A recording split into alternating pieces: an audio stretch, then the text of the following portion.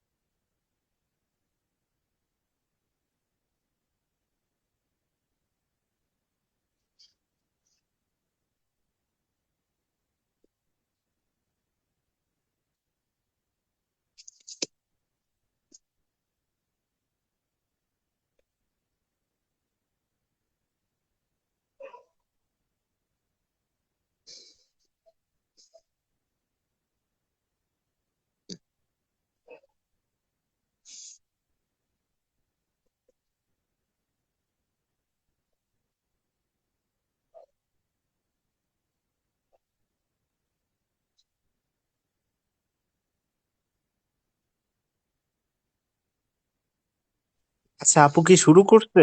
কোনো কিছু শোনা যাচ্ছে না তো। আর না, শুরু করলে মেবি তো আর এখনো। হয়তো নাড়াচাড়া।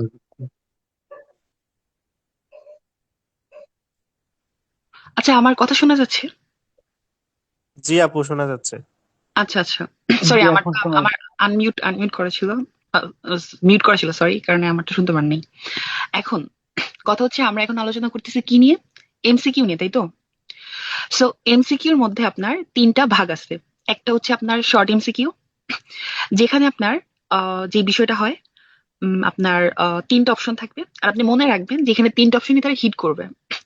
আপনাকে যেটা করতে হবে যে দেখতে হবে কোন অপশনটা সরাসরি না বলে প্যারাফ্রেজিং করছে, অর্থাৎ ওরা যেটা করবে যে ডিরেক্ট কখনোই বলবে না, আপনি দেখবেন যেটা ডিরেক্ট বলছে তো ভাববেন ওটা অ্যান্সার না, এক্সেপ্ট প্রপার নাউন ছাড়া, হ্যাঁ।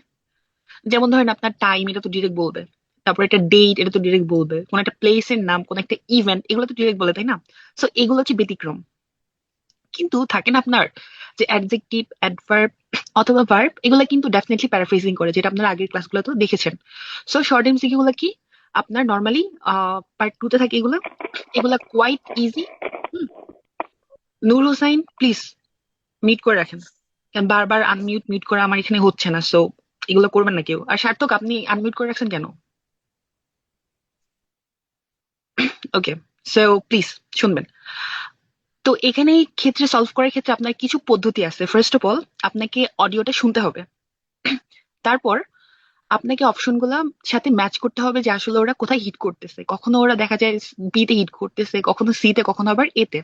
সো এই জিনিসগুলো আপনার নজর রাখতে হবে। দেন প্রসেস অফ এলিমিনেশন। আপনি দেখবেন যে তিনটা অপশনের মধ্যে একটা আছে যেটা কিনা একেবারে ইরিলেভেন্ট, অর্থাৎ এটার সাথে কিছুই যাচ্ছে না। সো এটা বাদ দিলে বাকি দুইটার মধ্যে 50-50 চান্সেস থাকে। আর যদি ডাবল এমসিকিউ নিয়ে বলি, মেহেদি হাসান, আমি পরে আপনার কোশ্চেন নিব। ডাবল এমসিকিউর ক্ষেত্রে যেটা হয়, এখানে পাঁচটা অপশন থাকে। আর এই কোশ্চেন গুলো অনেকটা হয় আপনার যে কোনো একজনের বা দুইজনের অপিনিয়নের ভিত্তিতে, ধরেন কোনো কিছু একটা এগ্রি বা ডিসএগ্রি, অথবা কোনো কিছুর অ্যাডভান্টেজ বা ডিসঅ্যাডভান্টেজ, কিন্তু দুইটা জিনিসের উপর ভিত্তি করে, হ্যাঁ। হতে পারে কোন একটা স্টোরি, হ্যাঁ, যেমন ধরেন আপনার আহ রোড টু সাকসেস একটা বই। তো এই বইয়ের কোনো কিছুর একটা পয়েন্টের উপর দুজন স্টুডেন্ট এগ্রি করছে অথবা ডিসএগ্রি করছে। পাঁচটা অপশনের মধ্যে কোন দুইটা অপশন এগ্রি, কোন দুইটা ডিসএগ্রি, সেটা আপনাকে চুজ করতে হবে। লং এমসিকিউ, যেটাকে সব থেকে হার্ডেস্ট বলা হয়।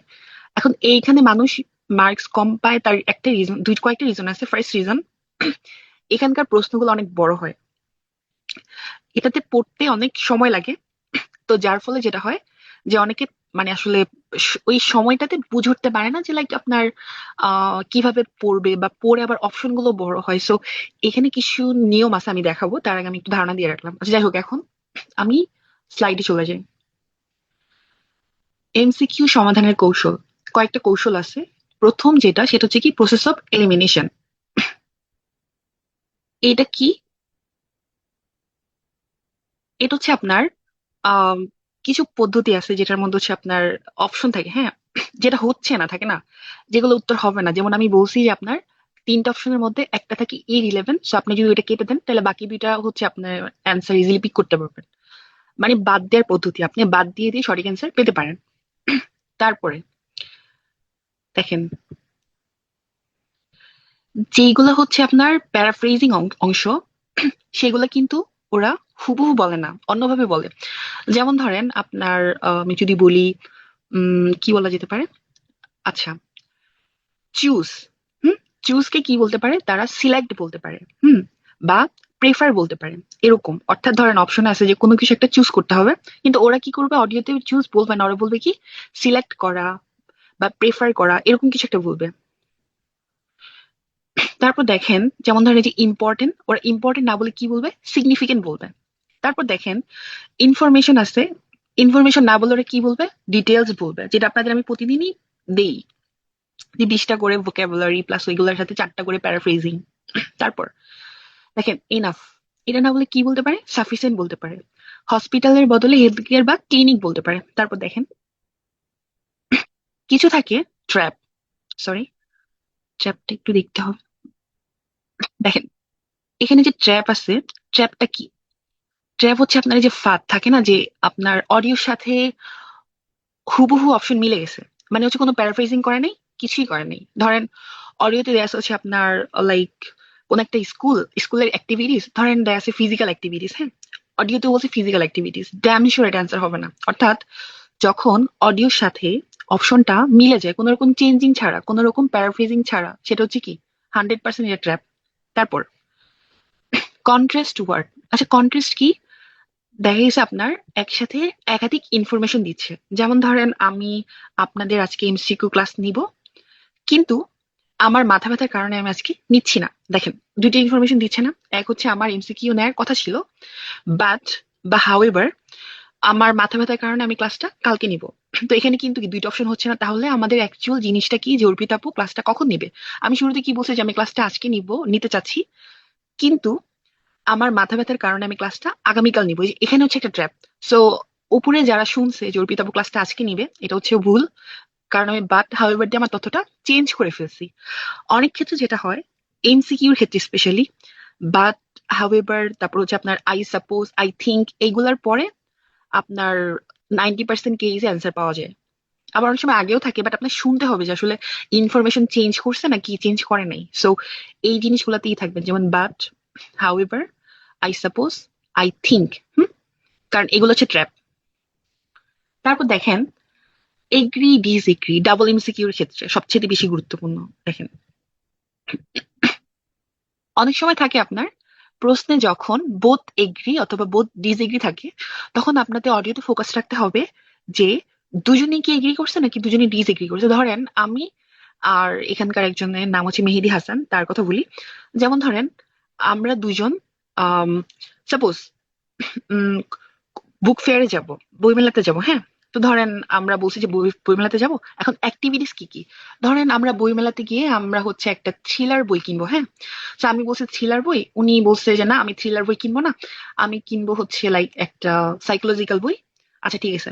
তারপর আমি আবার অফার করলাম যে আচ্ছা আপনার মডার্ন হিস্ট্রি বই কিনলে কেমন হয়? তখন বলছে যে হ্যাঁ ভালো হয়, হ্যাঁ এরকম একটা বিষয়।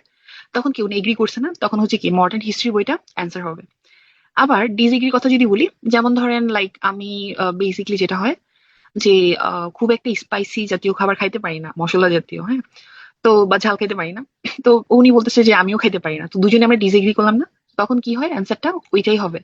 কিন্তু উনি ধরেন আপনার যেটা হয় অনেক খাইতে পছন্দ করে, লাইক সুগার জাতীয় খাবার খাইতে পছন্দ করে, বাট আমি করি না, তখন কিন্তু কি আমার ডিসএগ্রি ওনার এগ্রি এটা কিন্তু হবে না। অর্থাৎ যখন বলবে বোথ এগ্রি তখন শুনতে হবে দুজনের এগ্রি কিনা, আবার যখন বলবে বোথ ডিসএগ্রি তখন দেখতে হবে যে দুজনের ডিসএগ্রি কিনা।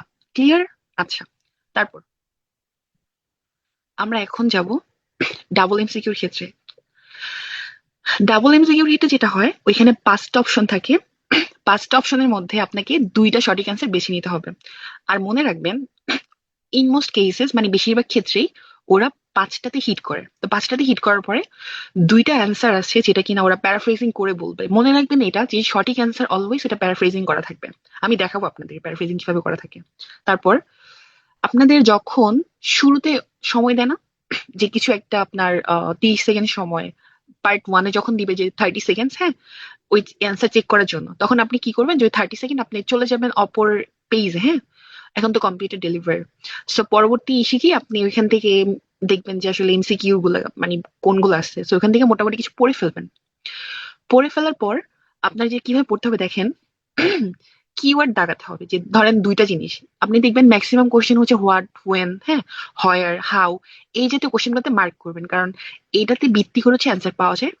আর শেষে কিন্তু একটা থাকে যে আপনার বিকজ দিয়ে বা আপনার হাউ দিয়ে, হ্যাঁ, বা হাউ ম্যানি, এগুলা দিয়ে থাকে।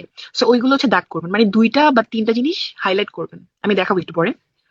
তারপরে দেখেন, যখন আপনার এটা তো বলছি যে এগ্রি ডিসএগ্রি এগুলো আর কি দেখতে হবে। তারপর দেখেন অডিও চলার সময় কি হবে, অপশন নিয়ে কোন অপশন নিয়ে কথা বলতেছে, থাকতে পারে অপশন এ, বি, কি, সি, হ্যাঁ, ওই অপশনগুলো আপনারা দেখবেন যে কোথায় হিট করছে। অনেক সময় দেখা যায় ওরা কিন্তু এখানে অর্ডার মেনটেন করবে না, হ্যাঁ, ওরা কোশ্চেনের অর্ডার মেনটেন করবে, ওরা 11-র পর 12-তে যাবে, তারপর 13-তে যাবে, কিন্তু অপশন কখনোই অর্ডার মেনটেন হবে না। অপশন হচ্ছে হয় ওটা সিতেও হিট করতে পারে, বিতেও করতে পারে, আবার এতেও করতে পারে। আপনার মাথায় রাখতে হবে কোথা থেকে হিট করতে, সেটা আপনার ধরতে হবে। দেন এগ্রির কিছু সাইন আছে, ওরা সবসময় যে ইয়েস বলবে তা কিন্তু না। দেখেন এগ্রি সাইন কি কি, ওরা ইয়েস বলতে পারে, আমি একটু টেন দিই।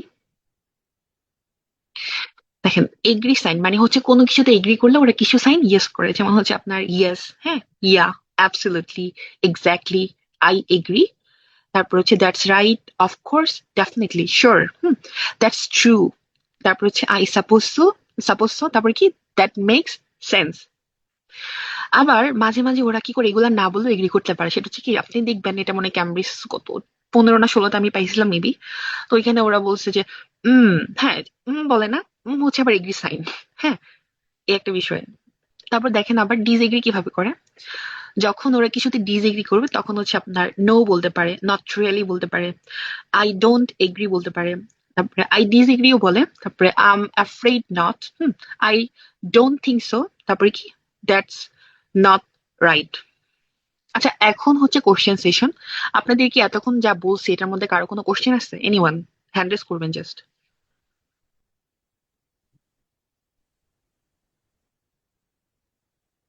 আচ্ছা, আমি আনমিউট করতেছি নাকি? হ্যাঁ, তাজবীর বলেন। জি আপু, ওইখানে আপনি এগ্রি ডিসএগ্রির কথা বললেন না? আচ্ছা, হুম, ওইখানে যদি একজন এগ্রি থাকে আরেকজন যদি ডিসএগ্রি থাকে, তখন তখন আসলে কি করা মানে? অপশনে তখন কি আমি বলি, তখন যেটা হয় মাঝে মাঝে একজন এগ্রির কথাও বলে, যেমন ধরেন আপনার সাইমন আছে, হ্যাঁ, তারপর আছে আপনার হচ্ছে ধরেন আরেকটা মেয়ে হচ্ছে আপনার জ্যাকলিন, হ্যাঁ। সো বলতে পারে হ্যাঁ। জ্যাকলিন এগ্রি করছে, আমাদের ফোকাস থাকবে জ্যাকলিনের উপরে, জ্যাকলিন কি এগ্রি করছে নাকি ডিস এগ্রি করছে। সাইমন এগ্রি করে না ডিস এগ্রি করে এটা কোনো ম্যাটারই করবে না, কারণ এখানে জ্যাকলিনের কথা প্রশ্নে উল্লেখ করা আছে, হ্যাঁ। যখন একজনের হ্যাঁ। কথা উল্লেখ থাকবে যে একজন এগ্রি করছে, তখন আপনি ওই ওই যে যার কথা বলছে সেই কিনা সেটার উপর ফোকাস করতে হবে। আর অলওয়েজ মনে রাখবেন, এখানে কিন্তু কখনোই দুইটা ছেলে থাকবে না, একটা ছেলে একটা মেয়ে থাকবে। কারণ হচ্ছে যদি দুইটা ছেলে থাকে অনেকে কনফিউজ হয়ে যাবে কে কথা বলতেছে। সো এটা মাথায় রাখবেন যে পার্ট থ্রিতে একটা ছেলে একটা মেয়ে থাকবে আর কি। আর প্রশ্নে কার এগ্রি কথা বলছে, সেটা যদি থাকে যে আপনার বোথ এগ্রি, তখন দুইজন এগ্রি করছে কিনা সেটা ফোকাস করবেন। আর যদি থাকে যে কোনো একজনের এগ্রির কথা হতো বা একজনের ডিসএগ্রির কথা, তখন তার দিকে ফোকাস করবেন যে সে কি বলতেছে, সে কি এগ্রি করছে নাকি ডিসএগ্রি করতেছে। অপরজন এগ্রি করুক ডিসএগ্রি করুক এটা আমাদের দেখার বিষয় না। ক্লিয়ার? জি আপু, ঠিক আছে। আচ্ছা, তো আমরা এখন সরাসরি প্র্যাকটিসে চলে যাই। আমরা প্রথমত মডারেট দিয়ে শুরু করব, তারপর হচ্ছে আস্তে আস্তে একটু হার্ডে যাবো। ওকে,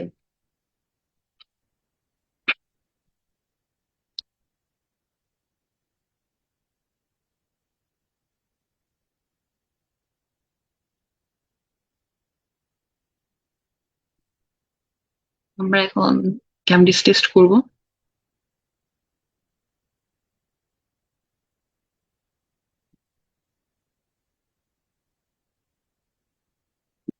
আর অন্য দিনের মতো আজকে এটা হবে না। আমি প্রথমত যখন লেকচার দিব আপনারা অনুগ্রহ করে কেউ কথার মাঝে ইন্টারাক্টেড করবেন না, কারণ ইন্টারাকশন করলে যেটা হয় পুরো ফোকাসটা নষ্ট হয়ে যাবে সবার, কারণ এটা এমসিকিউ ক্লাস, এটা অনেক বেশি গুরুত্বপূর্ণ ক্লাস। আপনারা যদি আমাকে শান্তিতে না ক্লাস করতে দেন আপনাদেরই ক্ষতি। যাই হোক, একটু ওয়েট করেন, আমি এটা শুরু করি।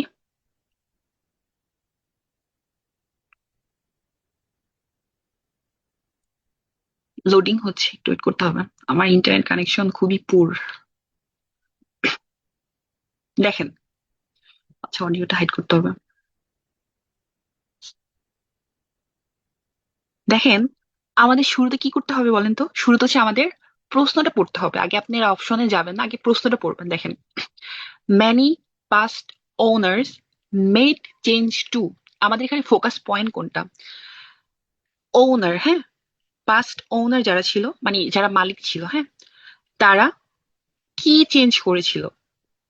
দেখেন আমাদের এখানে দুইটা পয়েন্ট পাইছি। এক হচ্ছে অতীতের যে ওনার যারা ছিল, এটা দেখেন এটা নিয়ে কি কথা বলতেছে আপনার অনিটন হল, হ্যাঁ, অনিটন হল নিয়ে কথা বলতেছে। এই হলের যেটা ছিল যে অতীতে যারা আপনার মালিক ছিল, হ্যাঁ, তারা কি চেঞ্জ করেছিল, তার মানে অতীত নিয়ে বলবে এখানে সবকিছু। যদি এখানে প্রেজেন্ট নিয়ে বলে তখন এটা আপনারা ই করবেন, কারণ এখানে অতীত নিয়ে অতীতের এক্সপিরিয়েন্স শেয়ার করবে। তো দেখেন এখানে আমাদের তিনটা অপশন আছে। দেখেন গার্ডেন, হাউস আর হচ্ছে ফার্ম। আমরা কি করবো, প্রত্যেকটা কিন্তু দা আছে, so আমাদের দা কোনো ফ্যাক্ট না। আমরা হচ্ছে যেটা করবো, আমরা গার্ডেনটা এখান থেকে নিব, তারপর হাউসটা নিব, তারপর ফার্মটা নিব। আগে এটা পিক হয়ে গেছে, ধুর। আচ্ছা যাই হোক, এটা এখন একটু ওয়েট করতে হবে প্লিজ, আমি এটা ক্লিয়ার করে দিই। দেখেন আমি কি করলাম, এখান থেকে তিনটা অপশন নিলাম, কেমন? তারপর দেখেন দ্বিতীয়টা যেটা আছে স্যার এডওয়ার্ডস। আচ্ছা আমরা একটা একটা করে যাই। দেখেন আমাদের এখানে ফোকাস পয়েন্ট হচ্ছে পাঁচটি যে ওনার ছিল সে কি চেঞ্জ করছে, গার্ডেন, হাউস নাকি ফার্ম। সো এখন আপনারা অডিওটা একটু শুনবেন, শোনার পরে তারপরে নিজেরা অ্যান্সার প্রেডিক্ট করবেন, তারপর আমি তো সলভ দিব অবশ্যই। সো প্লিজ একটু মনোযোগ দিয়ে শুনবেন তারা অডিওতে কি বলতেছে, প্লাস হচ্ছে অ্যান্সার কোন ধরনের হতে পারে।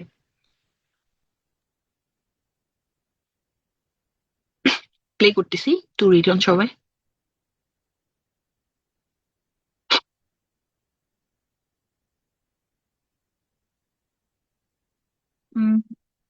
তাহলে দ্বিতীয়টা পড়ে ফেলে আপনারা এটা দেখতে থাকেন, because you wanted.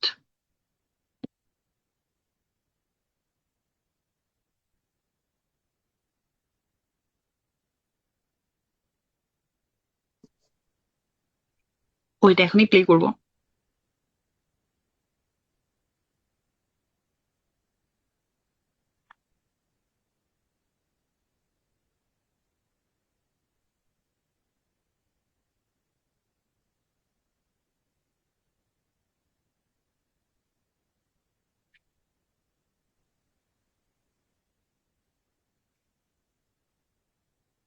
UFO,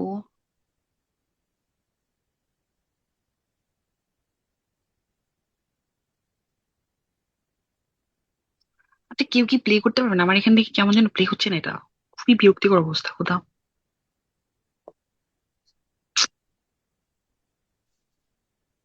network problem হয়তো আপু। তো একটু একটু হোল্ড করবেন প্লিজ, নেটওয়ার্কে খুবই ডিস্টার্ব করতেছে আজকে।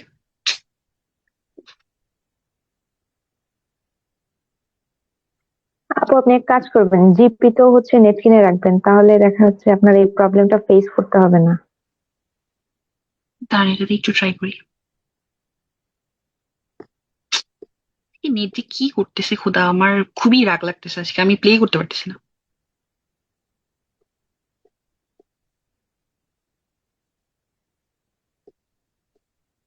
আচ্ছা এটা ছোট করে দেখি হয় কিনা।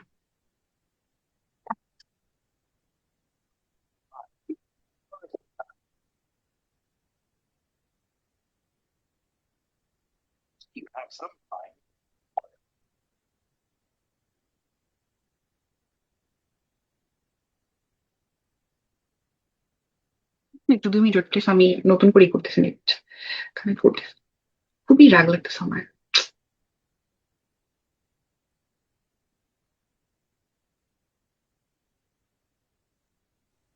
ক্যামব্রিজ কত? দাঁড়ান দাঁড়ানো, হয়ে গেছে অলমোস্ট। এটা হচ্ছে 17-2।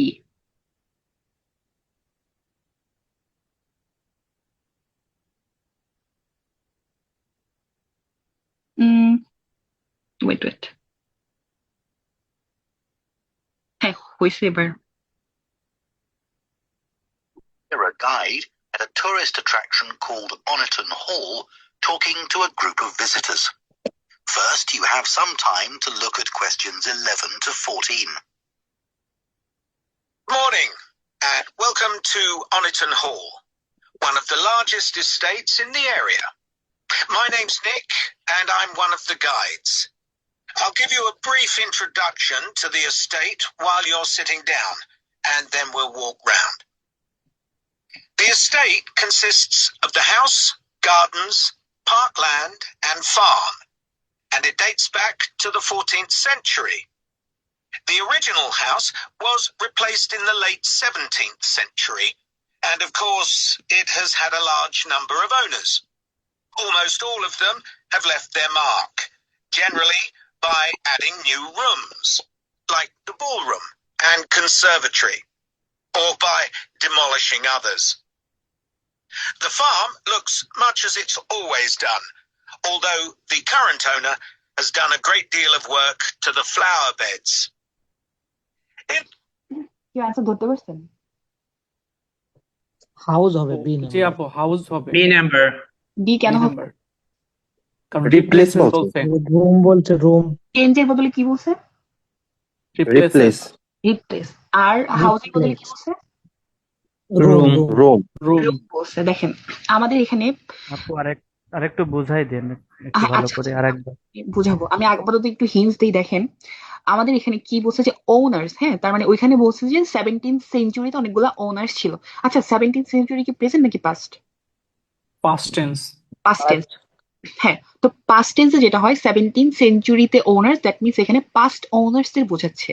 আর তারা কিছু একটা চেঞ্জ করেছিল, মেড চেঞ্জ, কিন্তু চেঞ্জের একটা ভালো প্যারাফ্রেজিং এখানে ওরা ইউজ করছে। সেটা কি ধরতে পারছেন কেউ? কি বলছে? রিপ্লেস। জি রিপ্লেসেস রিপ্লেস চেঞ্জ মানে যা, রিপ্লেস মানেও তা। অন্যদিকে দেখেন ওরা কিন্তু একটা জিনিস এইখানে দেখেন, ফার্ম কিন্তু কোনো চেঞ্জ করে নাই ওইখানে, মানে ওয়ার্ড চেঞ্জ করে নাই, গার্ডেন্স এর ওয়ার্ড চেঞ্জ করে নাই, কিন্তু হাউসে কিন্তু কি বলছে? রুমস। কি বলছে? রুমস বলছে। তার মানে হাউস আর রুমস কি সেম না?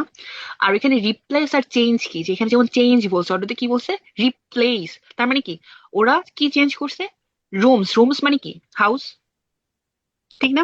আমি আবার প্লে করি, একটু শুনবেন প্লিজ। দেখেন Morning, and welcome to Oniton Hall, one of the largest estates in the area. My name's Nick, and I'm one of the guides. I'll give you a brief introduction to the estate while you're sitting down, and then we'll walk round. The estate consists of the house, gardens, parkland, and farm, and it dates back to the 14th century. The original house was replaced in the late 17th century, and of course, it has had a large number of owners. Almost all of them have left their mark, generally by adding new rooms, like the ballroom and conservatory, or by demolishing others. The farm looks much as it's always done, although the current owner has done a great deal of work to the flower beds. এখন আমি বুঝাই বলি। দেখেন ওইখানে কি ছিল, 17th সেঞ্চুরিতে অনেক large number of owners, মানে অনেকগুলো ওনার্স ছিল। তারা কি করছে? তাদের রিপ্লেস করছে কি রুমটা, হ্যাঁ। তারপর কি বলছে? অ্যাডিং বলছে। তো রিপ্লেসিং অ্যাডিং আবার কি হচ্ছে? এখানে কিছু কিছু সংযোজন করছে। তারপর কি বলছে? যে আপনার গার্ডেন হচ্ছে চেঞ্জ করে নাই, মানে চেঞ্জ করার প্রয়োজন পড়ে নাই। ফার্ম যেটা ছিল এখানে আপনার ফ্লাওয়ার বেডস ছিল, এরকম কিন্তু কিছু বলছে। তার মানে এখানে কি দেখেন আপনার গার্ডেন বা ফার্ম, এখানে কি কোনো কিছু ওদের রিপ্লেস করা লাগছে বা চেঞ্জ করা লাগছে, বা এখানে কি কোনো কিছু অ্যাড করা লাগছে? লাগে না কিন্তু। যেটা বলছে যে 17th সেঞ্চুরির যে লার্জ নাম্বার অফ ওনার্স ছিল, তারা জাস্ট রিপ্লেস করছে কি তাদের রুমস। আর রুমস মানে অপশনের কি? হাউস। রুমস আর হাউস কি প্যারাফ্রেজিং না? চেঞ্জ আর রিপ্লেস কি প্যারাফ্রেজিং করছে না? তার মানে আমি কি বলছি, এমসিকিউর ক্ষেত্রে যেটা হয় আপনারা দেখবেন ওরা কোন কথাটা হিট করে প্লাস হচ্ছে কোথায় প্যারাফ্রেজিং করে। ওরা কি গার্ডেন্স বা ফার্মস এর কোনো কিছু কি প্যারাফ্রেজিং করছে? ওখানে কোনো কিছু রিপ্লেস বা চেঞ্জ করা লাগছে? লাগে না কিন্তু। বুঝতে পারছেন? Yes, আপু ওকে, তো আমরা নেক্সটে যাই। অ্যান্সার আমাদের কি হবে? B number. এখন দেখেন proper noun, sir Edward Downes build অনিটন হল। আচ্ছা ঠিক আছে, এখন দেখেন আমাদের যেটা করতে হবে, আমাদের বিকজ, দেখেন সবসময় যেটা হয় আপনার বিকজ, তারপর ওয়ান্টেড টু সামথিং, এরকম কোনো কিছু একটা আমাদের ফোকাস করতে হবে। যে স্যার এডওয়ার্ড ডাউনেস বিল্ড অন্টনি হল, সে কেন করেছিল? বিকজ হি ওয়ান্টেড, সে কি চেয়েছিল? দেখেন এখানে আপনি জিনিস খেয়াল করেন, সে কিছু একটা চেয়েছিল, আমাদের ফোকাস রাখতে হবে ওটাতে। সে কি চেয়েছিল, তার চাওয়াটা, আমাদের ফোকাস পয়েন্ট হচ্ছে এইটুকু, এই যে এইটুকু, সে কি চেয়েছিল। আর প্লেস দেখেন, এখানে কিন্তু তিনটে কিন্তু আছে, প্লেস আছে, দেখছেন তো? এগুলো কিন্তু আমাদের কি দরকার আছে? দরকার নাই। আমাদের দেখতে হবে এইগুলা, যে আ প্লেস ফর ডিসকাসিং পলিটিক্স, মানে এরকম একটা প্লেস যেখানে সে পলিটিক্যাল জিনিস নিয়ে ডিসকাস করতে পারবে। আবার দেখেন আ প্লেস, সেম জিনিস, এগুলো আমরা পড়বো না, আমরা পড়বো এইটুকু, ডিসপ্লে হিজ ওয়েলথ। আচ্ছা, আমরা এইটুকু মার্ক করি। তারপর a place for artist and writers. এখন আপনাদের কি কি জিনিস চিন্তা করা লাগবে সেটা আমি বলি। দেখেন, ডিসকাসিং পলিটিক্স, অর্থাৎ এখানে যদি ওরা বলে যে পলিটিক্যাল জিনিসগুলো আলোচনা হচ্ছে, হ্যাঁ হতে পারে আপনার ডিপ্লোমেসি নিয়ে কথা বলতে পারে, ইকোনমিক্স নিয়ে কথা বলতে পারে, বা আপনার জিও পলিটিক্স নিয়ে কথা বলতে পারে। এগুলা হচ্ছে যখন দেখবেন যে এইগুলো বলতেছে রিলেটেড, মানে পলিটিক্যাল রিলেটেড কোনো কথা, তখন এটা অ্যান্সার হবে। যদি ডিসপ্লে হিজ ওয়েলথ মানে হচ্ছে তার সম্পদ দেখানো, যদি সে বলে যে তার অনেকগুলা গাড়ি ছিল, বাড়ি ছিল, আচ্ছা এটা কি বলতেছে, 10 মিনিট কেন, আমি তো প্রো কিনা আমার, আচ্ছা যাই হোক। ডিসপ্লে হিজ ওয়েলথ মানে হচ্ছে তার সম্পদের কথা যদি বলে, তখন আপনি ভাববেন যে এখানে যে জিনিসটা, যে তার সম্পদ বিষয়ে কিছু কথা বলতেছে। আবার যদি বলে আর্টিস্ট অ্যান্ড রাইটার্স, যে আর্টিস্ট কারা, যেমন ধরেন আপনার মিউজিশিয়ান, ডান্সার, এরা হচ্ছে আর্টিস্ট। রাইটার হচ্ছে কারা, পয়েট টয়েট এইসব। তো আপনি চিন্তা করবেন যে ওরা কাদের সাথে ডিসকাস করতে করতে চাচ্ছিল আর কি, যে সে চাচ্ছিল যে বিকজ ই ওয়ান্টেড, সে কি চাচ্ছিল, একটা প্লেস, প্রত্যেকটাতে একটা প্লেস চাচ্ছিল যে পলিটিক্যাল জিনিস নিয়ে চিন্তা করবে, তার ওয়েলথ দেখাবে, অথবা তার আর্টিস্ট অথবা রাইটারদের সাথে কথা বলবে। ওকে, দেখেন এবার আমি অডিওটা প্লে করি।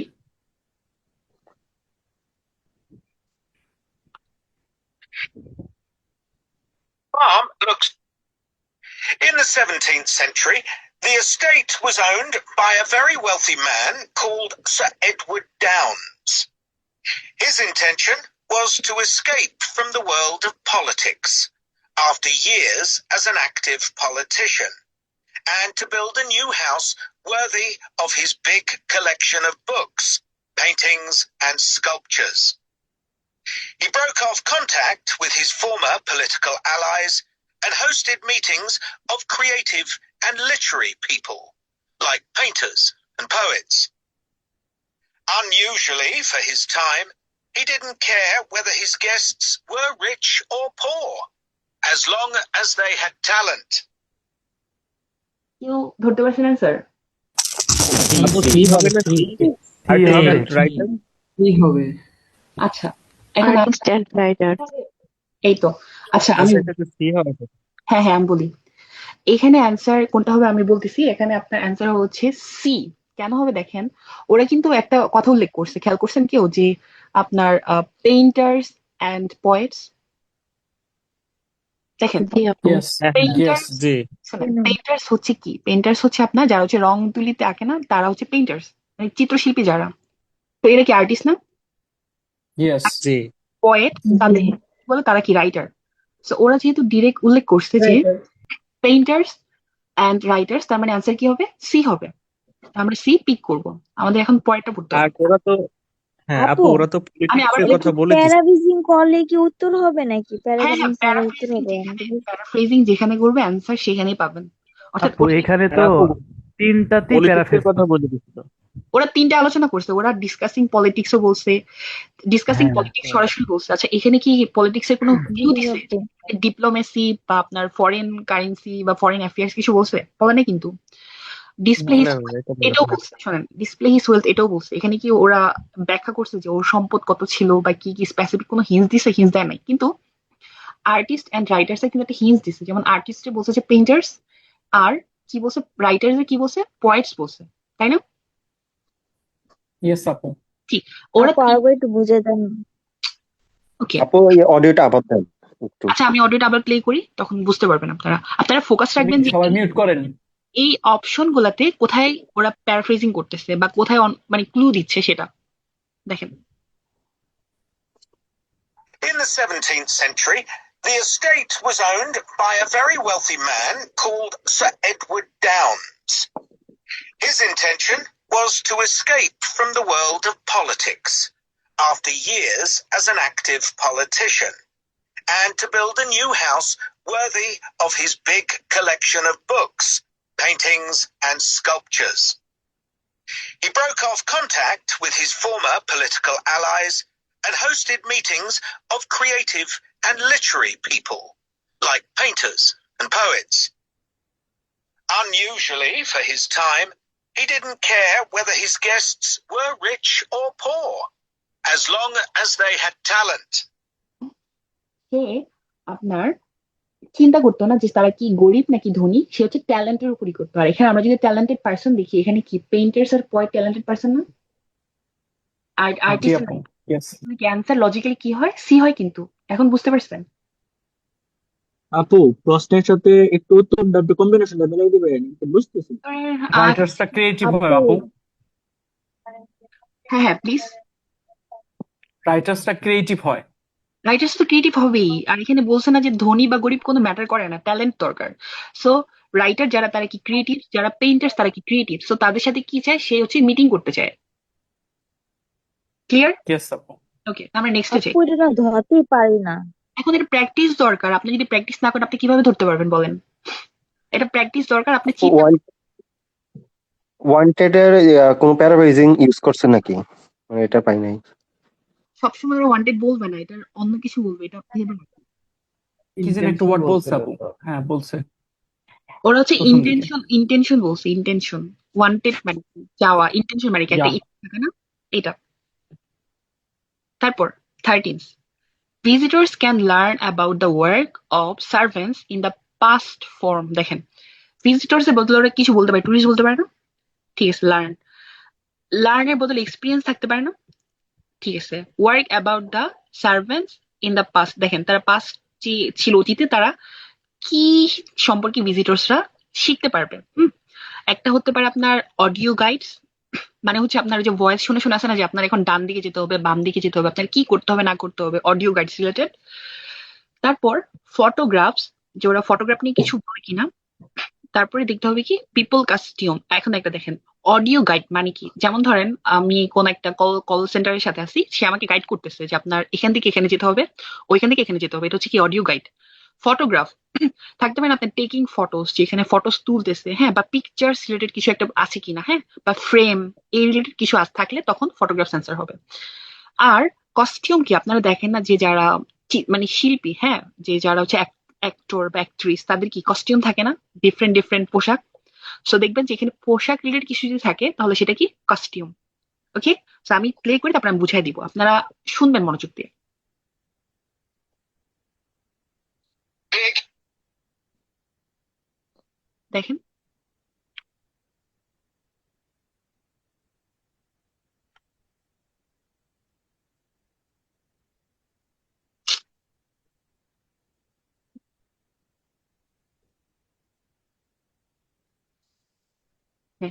big houses like Oniton had dozens of servants until the 1920s or 30s, and we've tried to show what their working lives were like.